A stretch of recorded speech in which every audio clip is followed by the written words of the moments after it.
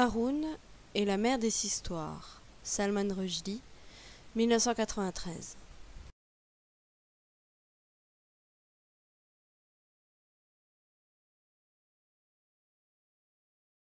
L'effort nécessaire pour produire des sons tordit le visage déjà saisissant, la peau verte, les lèvres rouges, les joues rayées de blanc, etc., du guerrier de l'ombre, dans des formes contractées et effrayantes.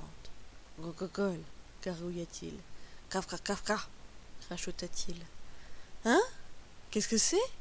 Qu'est-ce qu'il dit? Demanda bruyamment le prince Bolo. Impossible de distinguer un traître mot. Quel poseur, ce beau Bolo! Souffla Babille-Bouche à Haroun. Il fait le mariole et l'impertinent, parce qu'il s'imagine qu'ainsi on n'aura plus qu'il est mort de trouille.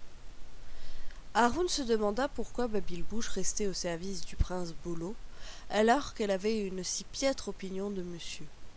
Mais il se tut, en partie parce qu'il ne voulait pas qu'elle lui dise, à lui, quelque chose de cinglant et de méprisant, en partie parce qu'elle commençait à lui plaire, ce qui faisait qu'il était d'accord avec tout ce qu'il disait, mais principalement parce que, au-dessus d'eux, il y avait une ombre géante avec une énorme épée dressée, et tout près, un guerrier qui grognait et qui postillonnait. En un mot, parce qu'il n'était pas le moment de bavarder. Si, comme on le dit, les gens du pays de Choup ne parlent pratiquement plus de nos jours, à cause des décrets du maître du culte, alors pas étonnant que ce guerrier ait temporairement perdu le contrôle de sa voix, expliqua Rachid Khalifa au prince Bolo qui ne sembla pas impressionné. C'est vraiment dommage, dit-il. Je n'arrive pas à comprendre pourquoi les gens ne parlent pas normalement. Le guerrier de l'ombre, ignorant le prince, fit d'autres mouvements rapides des mains en direction de Rachid et réussit à croasser quelques mots. Meurtre, dit-il. Port-l'habit noya. C'est donc un meurtre qu'il a en tête, s'écria Bolo en mettant la main sur la poignée de son épée. Eh bien, il trouvera à qui parler, je lui promets.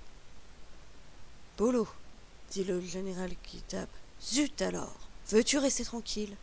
Ce guerrier essaye de nous dire quelque chose.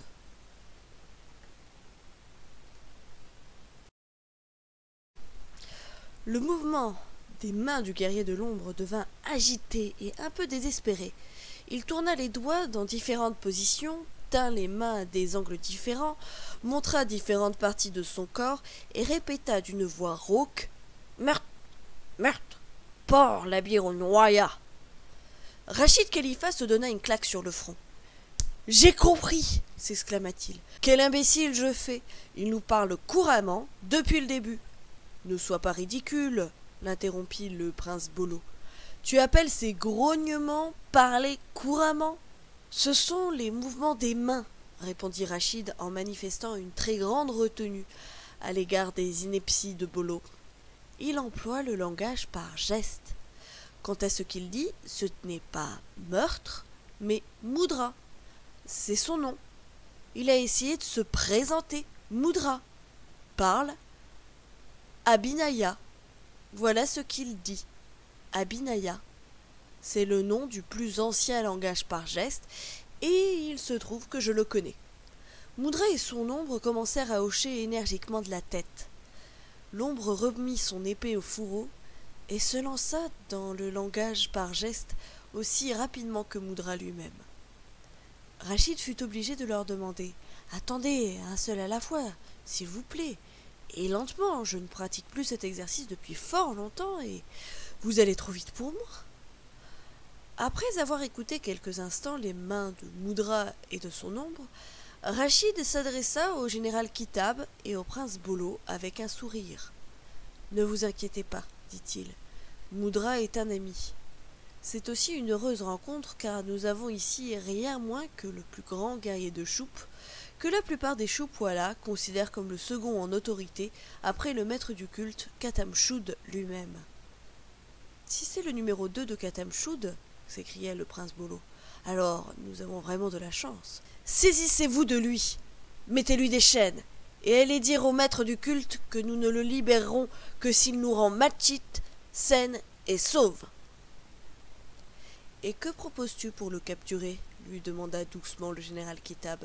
« Je ne crois pas qu'il ait envie d'être capturé, tu sais. »« Écoute-moi, s'il te plaît, » lui dit Rachid. « Moudra n'est plus un allié du maître du culte. La cruauté et le fanatisme grandissant de l'idole de glace sans langue, Bezaban, l'ont dégoûté, et il a rompu toute relation avec Katamchoud. Il est venu ici, dans le désert crépusculaire, pour réfléchir à ce qu'il allait faire ensuite. Si vous le voulez, je peux vous traduire l'Abhinaya. » Le général Kitab fit oui de la tête, et Moudra commença à parler. Haroun remarqua que le langage par geste n'impliquait pas seulement les mains. La position des pieds avait aussi de l'importance, ainsi que les mouvements des yeux. En outre, Moudra possédait un degré de contrôle phénoménal sur chacun des muscles de son visage peint en vert. Il pouvait remarquablement contracter ou faire vibrer de petits morceaux de son visage, et cela entrait aussi dans sa façon de parler, dans son Abhinaya. Ne croyez pas que tous les Choupoilas suivent Katamchoud, ni qu'ils l'adorent son Bezaban, dit Moudra de sa façon silencieuse et dansante, et Rachid traduisait ces mots en langage ordinaire. Ils sont simplement terrifiés par les grands pouvoirs de sorcellerie du maître du culte. Mais s'il est vaincu, la plupart des gens de Choup viendront vers moi, bien que mon ombre et moi soyons des guerriers. Nous sommes en faveur de la paix. Ce fut au tour de l'ombre de parler. Vous devez comprendre qu'au pays de Choup, on considère les ombres comme les égales des gens à qui elles sont attachées, dit-il. Et Rachid traduisit à nouveau. Les Choupoilas vivent dans l'obscurité, vous savez, et dans l'obscurité, une ombre n'a pas toujours une seule forme. Certaines ombres, telles moi-même, apprennent à se transformer, simplement en le désirant. Vous imaginez les avantages ? Si une ombre n'aime pas la façon de s'habiller ou de se coiffer de la personne à laquelle elle est attachée, elle peut tout simplement choisir son propre style. L'ombre d'un Choupoila peut être élégante comme une danseuse, même si son propriétaire est empoté comme un balourd. Vous comprenez ? En plus, au pays de Choup, une ombre a souvent une personnalité plus forte que la personne ou l'être ou la substance à qui ou à quoi elle est jointe. Il arrive souvent que ce soit l'ombre qui dirige et la personne ou l'être ou la substance qui suivent. Et bien sûr, il peut y avoir des querelles entre l'ombre et la substance ou l'être ou la personne. Ils peuvent tirer dans des directions opposées. Je l'ai vu très souvent.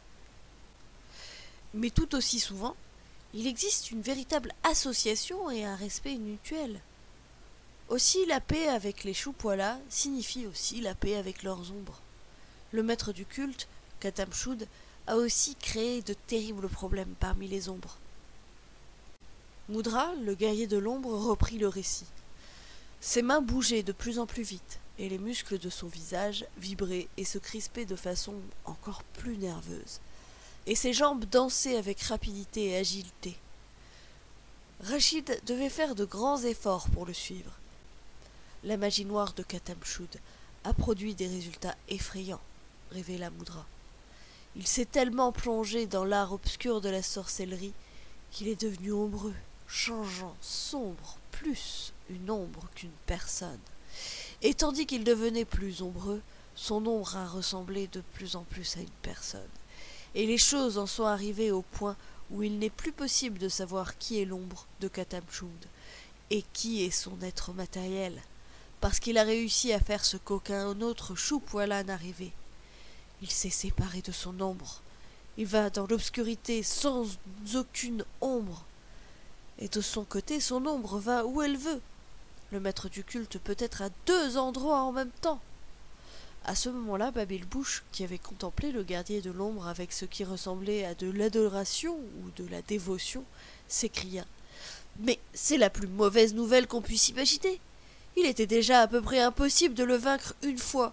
Et maintenant tu nous dis que nous allons devoir le vaincre 2 fois ?»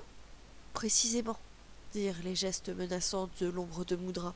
En outre, cette nouvelle, le dédoublement de Katamchoud, cet ombre-homme et cet homme-ombre, a eu un effet désastreux sur l'amitié entre les Choupoilas et leur ombre.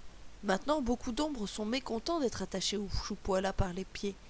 Il y a de nombreuses disputes.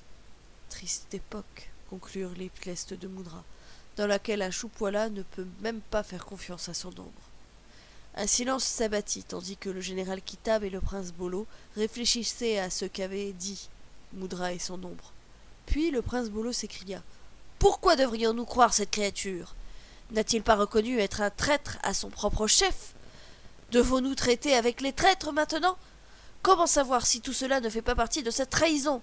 Un complot habilement ourdi, une sorte de piège. » Comme Haroun l'avait observé, le général Kitab était en principe le plus doux des hommes, qui n'aimait rien autant qu'une bonne discussion. Mais là, son visage devient rose et sembla enfler légèrement. « Fermez-la, votre grandeur, dit-il finalement. C'est moi qui ai le commandement ici. Tenez votre langue ou vous allez retourner à Goup, et quelqu'un d'autre sauvera Batchit à votre place. Et m'est avis que vous n'aimerez pas ça. » Cette réprimande sembla ravir Babylbouch. Bolo avait l'air de vouloir tuer quelqu'un, mais il se tut. Ce qui était aussi bien parce que l'ombre de Moudra avait répondu à la colère de Bolo en se lançant dans une véritable frénésie de transformation, devenant énorme, en se grattant sur tout le corps, en se transformant en silhouette de dragon crachant des flammes, ainsi qu'en d'autres créatures, griffons, basiliques, manticores, trolls. Et tandis que l'ombre s'agitait ainsi, Moudra lui-même recula de quelques pas. Il s'appuya sur une souche d'arbre et fit semblant de s'ennuyer à mourir. Il examina ses ombres, il bâilla, il se roula les pouces. Ce guerrier et son ombre forment une merveilleuse équipe, se dit Haroun. Ils se conduisent de façon opposée. Ainsi personne ne sait ce qu'ils ressentent en réalité. Évidemment, ce peut être encore autre chose. Le général Kitab s'approcha de Moudra avec un grand respect, peut-être même un peu exagéré. « Oublie tout ça, Moudra. Veux-tu nous aider? Ce ne sera pas facile dans les ténèbres de Choup. Nous aimerions avoir quelqu'un comme toi, un guerrier puissant et tout. Qu'en dis-tu » Le prince Bolo alla bouder au bout de la clairière, tandis que Moudra marchait de long en large et réfléchissait. Puis, il recommença à faire des gestes. Rachid traduisit ses paroles. « Oui, je vais vous aider, dit le guerrier de l'ombre, car le maître du culte doit être vaincu. Mais vous devez prendre une décision. »« Je parie que je la connais, souffla Babylbouch à Haroun. C'est celle que nous aurions dû prendre avant même de nous mettre en route. Que devons-nous sauver d'abord, Batchit ou l'océan? À propos, dit-elle en rougissant quand même un petit peu. Est-ce qu'il n'est pas extraordinaire? Est-ce qu'il n'est pas atroce, effrayant et intelligent? Je parle de Moudra. Je sais de qui tu parles, lui répondit Haroun avec une sensation douloureuse, qui était peut-être de la jalousie. Je pense qu'il est très bien. Très bien, souffla Babylbouch. Seulement très bien. Comment peux-tu dire? Mais elle s'arrêta parce que Rachid traduisait les paroles de Moudra. Comme je vous l'ai dit, il y a maintenant 2 Khatam Choud. En ce moment même, l'un d'eux retient captive la princesse Batchit dans la citadelle de Choup, et il envisage de lui coudre les lèvres pour la fête de Bezaban. L'autre, comme vous devez le savoir, se trouve dans la zone ancienne, où il prépare la destruction de l'océan des courants d'histoire. Un immense entêtement s'empara du prince Bolo de Goup. « Dites ce que vous voulez, général, cria-t-il, mais une personne passe avant un océan, quel que soit le danger qui les menace tous les deux. Batchit doit passer d'abord. Batchit, mon amour, la seule femme que j'aime. Nous devons sauver ses lèvres de cerise, de l'aiguille du maître de culte. Et sans attendre. Qui êtes-vous? N'avez-vous pas de sang dans les veines, général? Et vous aussi, Moudra, êtes-vous des hommes ou des ombres? Il est inutile de continuer à insulter les ombres, dit par geste l'ombre de Moudra avec une calme dignité. Bolo l'ignora. Très bien, dit le général Kitab. Ça suffit, très bien. Mais nous devons envoyer quelqu'un examiner la situation dans la zone ancienne. Mais qui? Laissez-moi réfléchir. J'irai, dit-il en se portant volontaire. Tous les yeux se tournèrent vers lui. Debout, dans sa chemise de nuit rouge avec des taches violettes, et il se sentit tout à fait ridicule. Qu'est-ce que tu as dit? Lui demanda le prince Bolo, mécontent. Hier, Tu as cru que mon père vous espionnait pour le compte de Katamchoud, dit Haroun.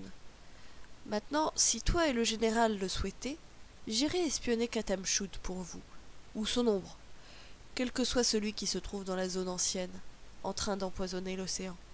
Et pourquoi, tonnerre de tonnerre, es-tu volontaire pour cette dangereuse mission? Voulut savoir le général Kitab. Bonne question, pensa Haroun. Je dois être un fiefé imbécile. Mais à voix haute, il répondit. Eh bien, monsieur, c'est comme ça. Pendant toute ma vie, j'ai entendu parler de la merveilleuse mer des histoires, des génies de l'eau, de tout. Mais je n'ai commencé à y croire que quand j'ai vu Si dans ma salle de bain, l'autre nuit. Et maintenant que je suis effectivement venu à Kahani et que j'ai vu de mes propres yeux la beauté de l'océan, avec ses courants d'histoire dans des couleurs dont je ne connais même pas le nom, et ses jardiniers flottants et ses poissons polypens, enfin tout, eh bien, il se trouve que j'arrive peut-être trop tard, parce que l'océan peut mourir à tout instant si nous ne faisons pas quelque chose. Et il se trouve que cette idée ne me plaît pas, monsieur. Pas du tout. Je n'aime pas l'idée que toutes les belles histoires dans le monde puissent devenir mauvaises pour toujours, ou simplement mourir. Comme je l'ai dit, je viens juste de commencer à croire à l'océan, mais il n'est peut-être pas trop tard pour que je fasse ma part.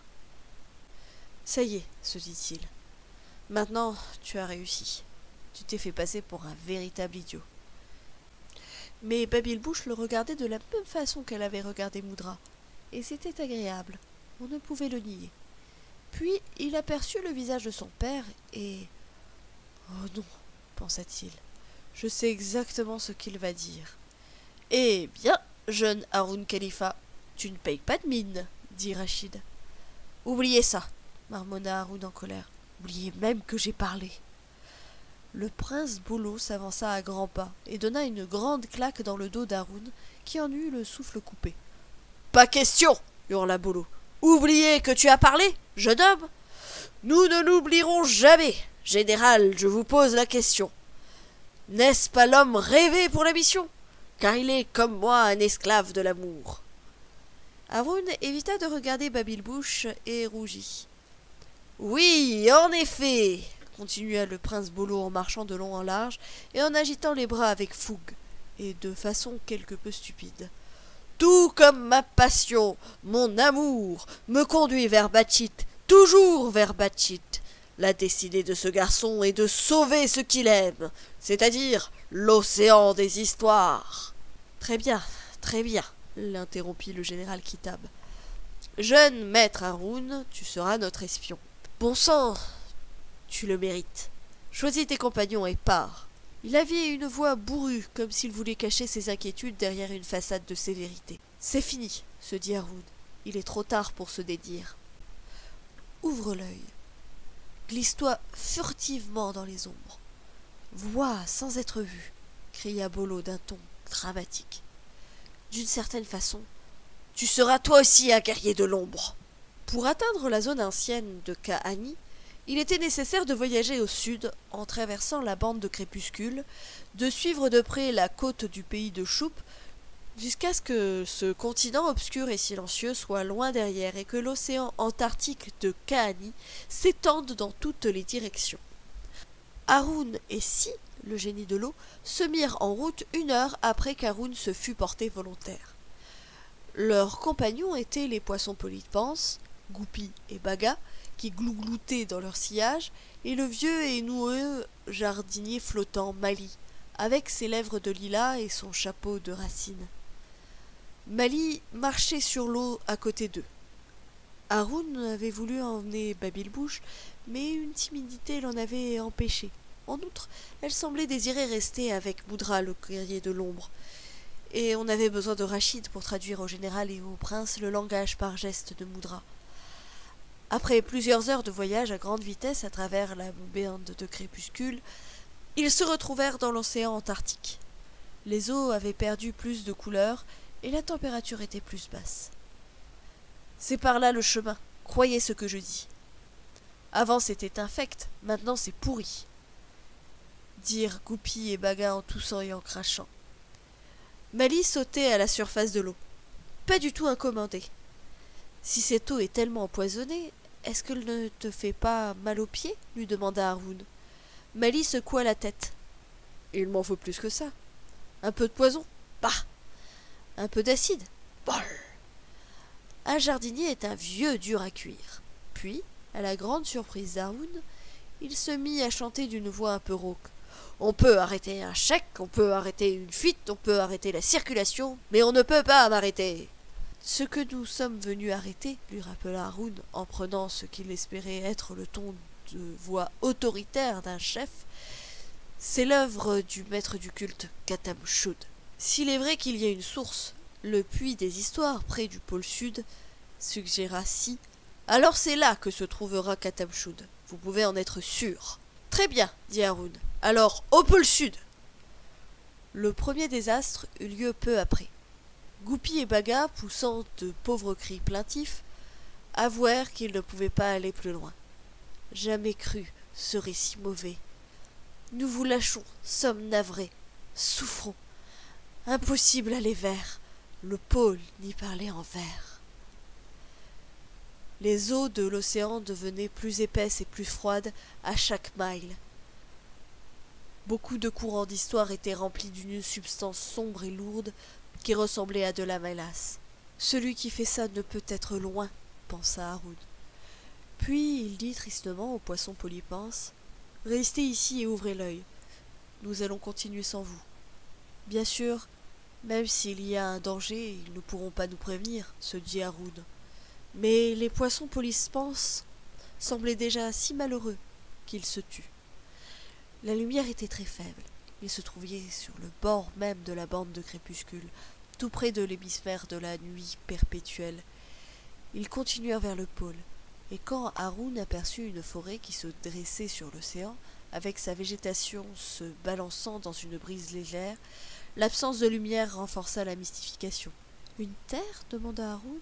« Il n'y a sûrement pas de terre ici. »« Des eaux négligées, voilà ce que c'est, » déclara Mali avec un accent de dégoût. « Envahi par les mauvaises herbes, complètement perdu. Personne pour garder les lieux en état. C'est une honte. Donne-moi 1 an et il n'y paraîtra plus. » Un vrai discours pour le jardinier flottant. Il semblait absolument bouleversé. « Nous n'avons pas 1 an devant nous, » dit Haroun, « et je ne veux pas survoler l'endroit. Trop facile à repérer, et de toute façon, nous ne pouvons pas t'emmener avec nous. »« Ne t'inquiète pas pour moi, » dit Mali, « et ne pense pas à voler non plus. Je vais dégager un passage. » Là-dessus, il partit à toute vitesse et disparut dans la jungle flottante. Quelques instants plus tard, Haroun vit d'énormes bouquets de végétation voler en l'air, alors que Mali se mettait au travail. Les créatures qui vivaient dans cette jungle de mauvaises herbes en sortirent en toute hâte.